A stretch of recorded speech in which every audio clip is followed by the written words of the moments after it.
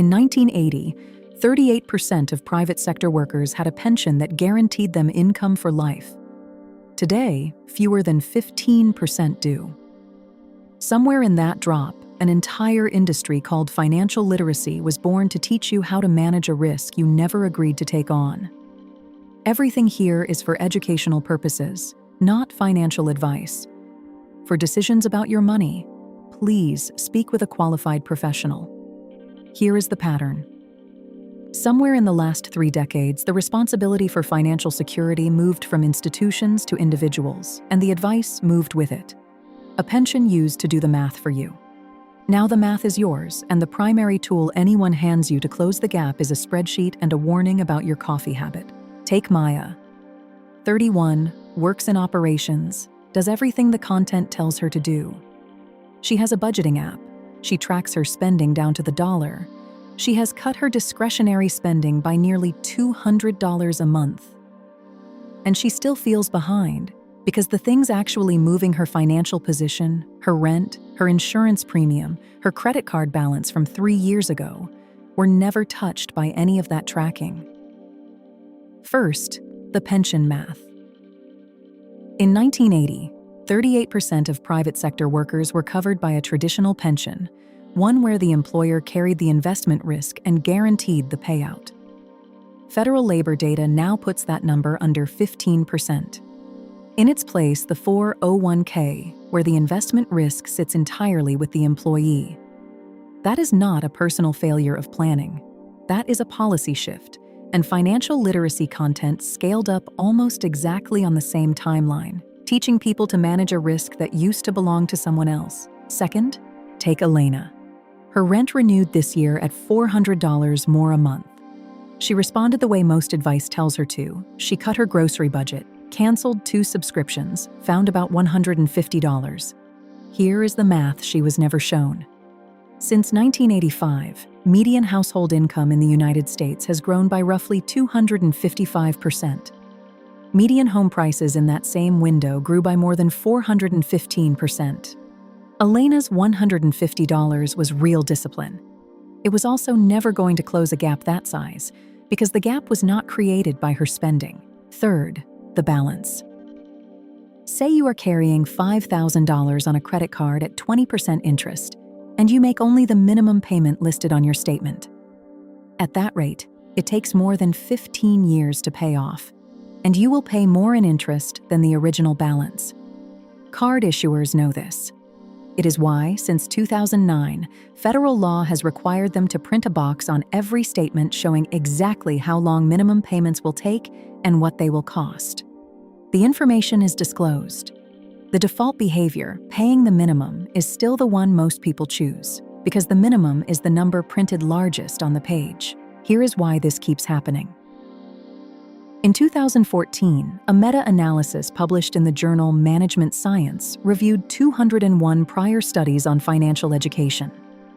It found that literacy interventions explained about 0.1% of the variance in people's actual financial behavior. Not 0.1% of outcomes, 0.1%. The researchers also found that financial education tends to boost people's confidence in their own decisions without a matching improvement in the decisions themselves. Law professor Lauren Willis made a related argument in a 2008 paper in the Iowa Law Review. Her point was not that people are careless. It was that the regulatory model built around consumer choice, disclosure plus education, quietly shifts blame onto the individual whenever a financial product is too complex or a market is structurally stacked against them. If you default on a loan you did not fully understand, the story becomes that you should have read more, budgeted better, learned faster. The complexity of the product and the incentive behind it stay out of frame. That is the mechanism. Not a conspiracy, an incentive.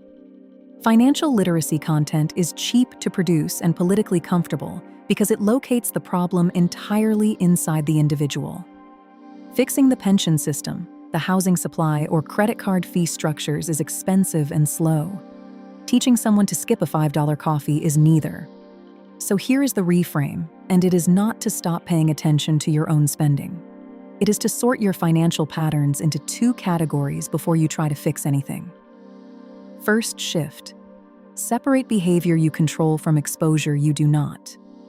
Maya's spending tracking is useful. It should stay. But the panic she feels about her rent is not a discipline problem. It is a housing market problem, and no amount of tracking closes that gap. Naming the difference stops her from treating a structural cost as a personal failing. Second shift. When you are cutting an expense, check the dollar size of the fix against the dollar size of the problem. Elena's $150 in cuts was real. But if the actual leak is a credit card balance costing her more in interest than her rent increase, that is where the same $150 should go first, because it is the only lever in her control that is actually proportional to the problem. Third shift. Read the disclosure that already exists before you sign anything: the minimum payment box, the APR, the loan schedule. The information the Card Act requires is sitting on the statement already. Most people have simply never been shown which line to look at first. This is the specific separation the excavate phase of the 30-day money reset walks through, sorting which patterns are yours to change and which were built into the system around you.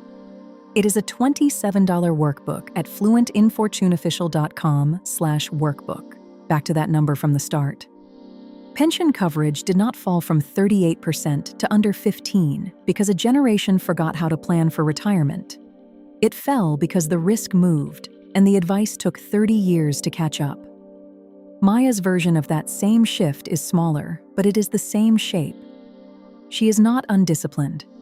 She was handed a set of tools built for a problem that is not the one she actually has. Once she saw the difference, she did not stop budgeting. She just stopped blaming the coffee. If you want the full breakdown for separating what is actually yours to fix from what was built into the system, the 30-day money reset is at fluentinfortuneofficial.com/workbook. $27, 59 pages, 4 phases.